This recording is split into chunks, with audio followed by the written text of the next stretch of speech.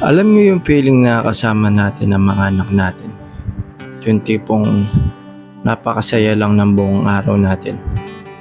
Yung tipong kahit anong pagsubok yung mga pinagdaanan natin sa mga lumipas na araw, ay tila makakalimutan natin dahil kasama natin sila.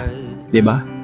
Napakasarap yung nilalambing natin sila, yung ngiti sa mga mukha nila, kahit sabihin natin pagod na tayo, yung simpleng ngiti lang sa mga mukha nila, makakalimutan na natin yung mga problema natin.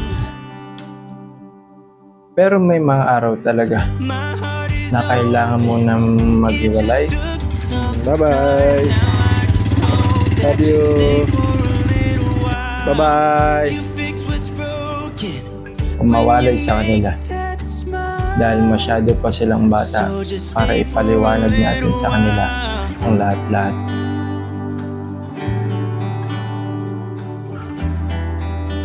So just stay for a little while.